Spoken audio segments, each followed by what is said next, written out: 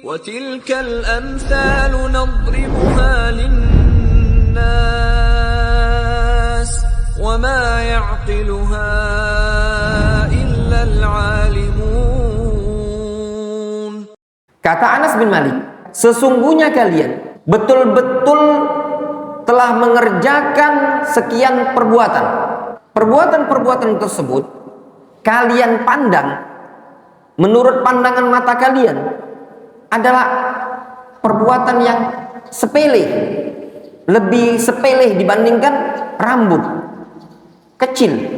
Namun justru dulu kami menganggapnya di zaman Nabi itu termasuk penghancur, termasuk dosa yang membinasakan. Makna dari ucapan Anas bin Malik, kalian ini wahai para tabi'in mengerjakan perbuatan-perbuatan yang kalian anggap sepele. Saking kalian anggap sepele, lebih sepele dibandingkan rambut gitu loh. Tapi pada halnya dulu di zaman Nabi kami menganggapnya ini termasuk dosa yang membinasakan. Menunjukkan apa? Orang-orang di zaman tabi'in dianggap, dipandang oleh Anas bin Malik mengerjakan perbuatan yang sebenarnya di zaman Rasul dianggap dosa besar, tapi dianggap sepele oleh orang. Di zaman sekarang biasa orang-orang menganggap sepele, tapi dalam Islam itu digolongkan sebagai dosa. Contoh, rokok. Sepele apa dah? Sepele. Tapi dosa ya ikhwan. Wahai santri, ya tulabul ilm, dosa.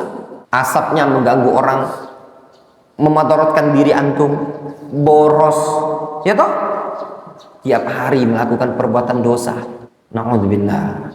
Dosa itu tidak terbatas pada melakukan maksiat saja. Perlu antum ketahui baik-baik, antum fahami baik-baik.